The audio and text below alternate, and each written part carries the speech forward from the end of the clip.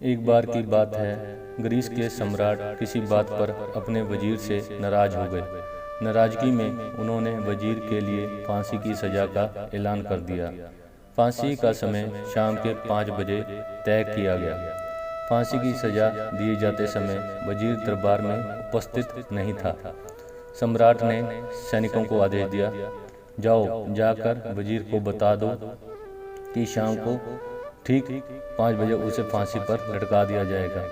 सम्राट का आदेश मान सैनिक की एक टुकड़ी वजीर के घर पहुंची। उसके घर को चारों ओर से घेर लिया। कुछ सैनिक घर के अंदर गए। अंदर जाने पर उन्होंने देखा कि वहां तो जश्न का माहौल है। उस दिन वजीर का जन्मदिन था। उसके घर पर रिश्तेदार और दोस्त आ रखे थे जो कि चहल पहल कर रहे थे। संगीत बज रहा था, नाच गाना चल रहा था। पूरे घर में पकवान की खुशबू फैल रही थी।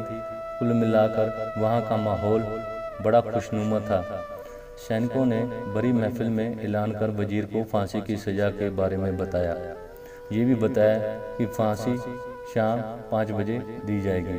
ये ऐलान सुनकर वहाँ मौजूद हर शख्स हैरान रह गया। फौरन संगीत और नाच गाना बंद कर दिया गया। रिश्तेदार, दोस्त और परिवारजन उदास हो गए। तभी कमरे में छाई खामोशी में वजीर की आवाज़ गूंजी, ऊपर वाले का लाख लाख शुक्रिया, उसने फांसी के लिए शाम 5 बजे का वक्त दे दिया। तब तक हम सब जश्न मना सकते हैं। वजीर की बात सुनकर दोस्तों, रिश्तेदारों और परिवारजनों ने कहा, कैसी बात कर रहे हो? फांसी की सज़ा हो गई है और तुम जश्न मनाना चाहते हो?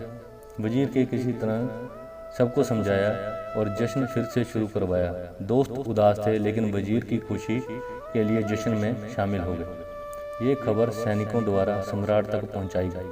सम्राट पूरा माजरा जानने वजीर के घर पहुंच गया।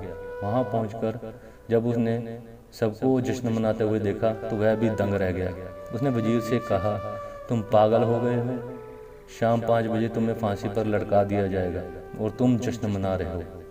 वजीर बड़े ही अदब से बोला, हजूर, आपका बहुत बहुत शुक्रिया कि आपने फांसी का वक्त शाम 5 बजे तय किया।